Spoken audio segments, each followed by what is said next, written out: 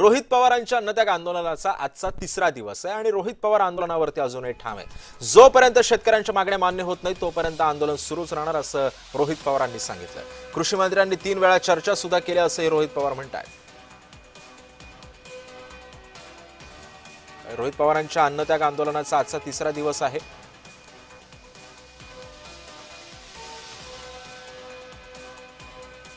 आणि या सगळ्या संदर्भामध्ये माहिती जाणून घेऊयात। माझे सहकारी संतोष कुलकर्णी सध्या आपल्या सोबत आहेत।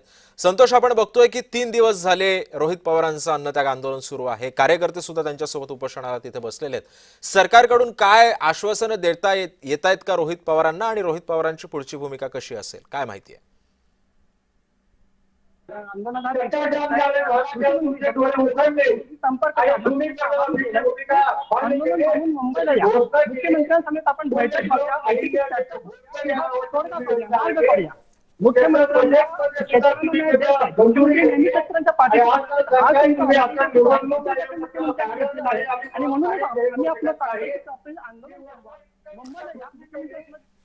नक्कीच संतोष, त्यामुळे एकंदरीतच या सगळ्या पार्श्वभूमीवरती रोहित पवार पुढची भूमिका आपली काय मांडतात हे सुद्धा पाहणं तितकंच महत्त्वाचं ठरणार आहे। धन्यवाद आपण दिलेल्या सविस्तर माहितीबद्दल।